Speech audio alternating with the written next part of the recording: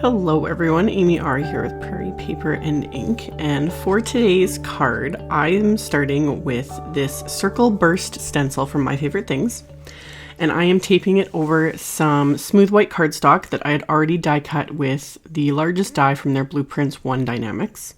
You could just trim down the cardstock.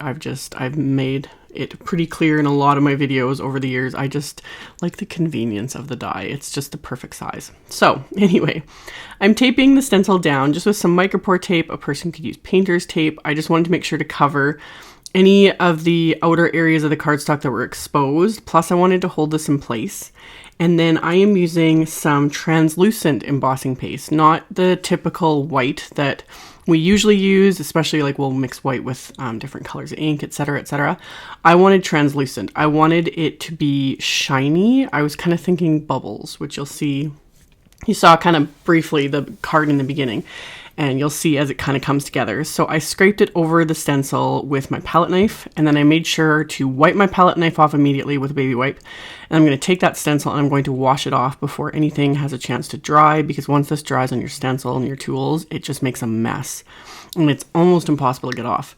So I'm cleaning everything up, and then after I had removed the stencil there, I'm just gently pressing my fingers against the edges here where the embossing paste kind of went over. And then I set that aside to dry. And with this embossing paste, as opposed to the normal like white paste, it takes a bit longer to dry. So I just set it aside while I worked on all the other parts of the card. So I pulled out the sodapop Die-namics from MFT. These are all older products. They came out a couple years ago, I think. They're still available. I get a lot of questions on some of my older videos with other products that aren't, but I did check to make sure these were still available before I made this card. And I die cut 2 of the sodapop bottles from some white cardstock, and then I'm sponging on some distress ink, and I'm using candied apple here. And I'm trying to be careful when I'm doing this because red ink just has a way of getting everywhere. And I was also really heavy-handed with it because I wanted this to be really bright and saturated, so I sponged a lot on there. I had masked off the top of these bottles because I planned on putting them on an angle on my card, so I wanted it to look like, you know, the contents, the pop inside is on an angle. And then I'm spraying it with my distress sprayer. I was pretty liberal with this, and then let it sit for a few seconds. It reacts pretty quickly on smooth white cardstock.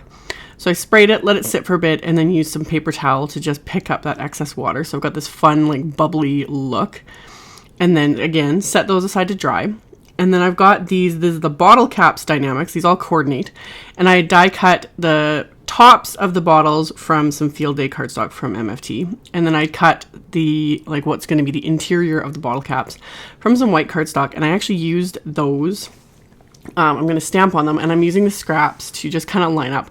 My first idea was to just line them up inside the scrap, but then I was like, you know what? It would actually work better if I use my little dot adhesive, which is a temporary adhesive, just to hold these in place because they're so small. So I'm going to hold those into place right inside my Misty here, and I'm going to stamp these with that same candied apple distress ink. And I've said before that distress inks aren't like formulated for stamping. However, more often than not, I can kind of get away with it. And I'm just, in this case, I'm using my Misty so I can stamp it more than once just to get a crisper image. And I didn't have any video footage of this, but like I said, red ink like tends to get everywhere. Like I had red ink all over my fingers. And of course, I'm working on white cardstock. I had smears and quite a bit of difficulty making this card. So you really need to pay attention. This ink is specifically to this candied apple ink. It's a very red ink. It just has a mind of its own. So I stamped the insides of those bottle caps with that candied apple distress ink. And then I die cut the tops, or like the lids of these bottles, with that same green cardstock. And I'm just adhering them onto the tops of the bottles with some multimedia matte adhesive. And I'm using my tweezers to kind of get these into place because they're such tiny, tiny little pieces. I was thinking of like the Crush brand pop when I made this card because they have the green lids. So that's what kind of inspired my color combo, was the, like, I think it's the Cherry brand. I don't even know if we can get it in Canada, but when I was looking online, because I usually get, when I get Crush pop, I usually get the grape. That's what my kids absolutely love. Grape and cream soda. But anyway, I digress. So that's what inspired, anyway, the green lids and the green bottle caps here for this card. So I'm adhering everything into place, and you can start to see, like, my fingers were just stained red from all that ink. So for my sentiment, I'm using the same set that had the tops in it. This is the sodapop stamp set from MFT. And I'm using that same green cardstock, and I'd use my anti-static powder tool first. And I'm going to stamp my sentiment with Versamark ink, which is a clear, sticky, slow-drying ink, which is perfect for embossing. And I'm coating that with some white embossing powder over my coffee filter here, and then tapping off the excess. And I'm going to melt that with my heat tool. And because of the joys of editing videos, I can shorten that time span. You always got to make sure, though, just FYI, to heat it until it is completely melted. You will see the grains like smooth out and become shiny, and then it's completely melted. So once it's melted, it's cooled off for a few seconds, I can use my fingers to rub away that excess anti-static powder. And I'm going to line this up in my paper cutter. And I always use the wire. There's a wire guide right down the middle where the cut line is. And I use that to kind of eyeball everything so I can trim it down to the size I want it. And then once I've got that trimmed down, I can start assembling my card fronts. So the embossing paste is dried, and now you can see it's shiny and transparent, which is super fun.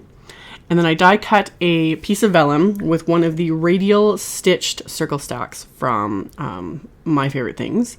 And I'm going to start assembling my cards. So these bottles, like I said, I'm going to adhere them kind of on an angle. And I'm going to pop the first one up on some foam tape, and I'm adhering it directly to the vellum circle. And then once I've got this one in place, I can figure out where I'm going to place the second one. And I'm going to pop foam tape onto that one as well, just in the areas that aren't over the bottle. And then just my multimedia matte adhesive, because it's convenient, to adhere directly to that bottle. And I haven't adhered the vellum circle yet. It actually is like clinging to that clear paste, even though it's dry. But to adhere it to my card, I'm just applying the multimedia matte adhesive directly behind the bottles so you don't see it, because adhesive shows through vellum.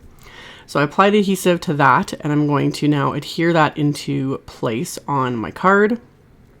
And then once I'm done with that, I'm going to adhere my sentiment. And for this, I just used my ATG adhesive, and I'm going to slip that under kind of the bottles there and adhere that onto the card as well. And then for that piece of vellum, you could totally trim it off with scissors if you wanted. I just decided I folded it over to the back of the cardstock, and then I just took a piece of Scotch tape and taped that down, but you could totally cut it off, whatever works. So I did that, and then I'm going to adhere one of the little bottle caps with another little piece of foam tape. And then I have this Tag Builder Blueprint 6 Die-namics.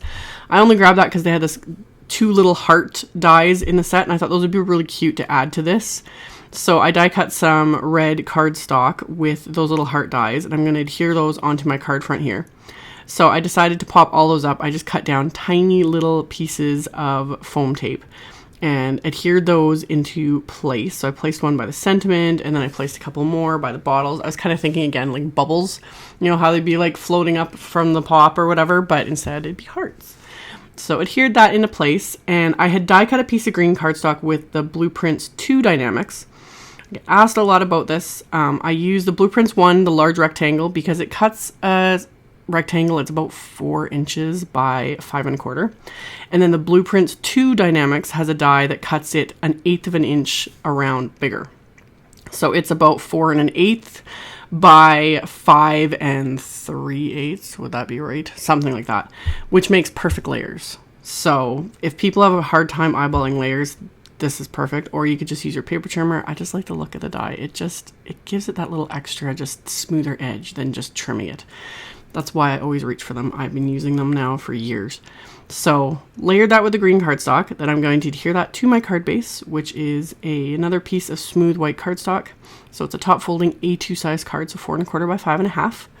And then I have my remaining little bottle caps that I had stamped and adhered together, and some more die cut little hearts. I'm just going to adhere those to the inside of the card with a multimedia matte adhesive, and that finished off my card. So as always, I will have links below the video to my blog post with the pictures, as well as links to all the supplies used. So check out the description box below if you are interested. Thank you all so much for watching, subscribing, thumbs upping, and commenting on my videos. I really, really appreciate it, and I will see you all very soon in the next one. Bye!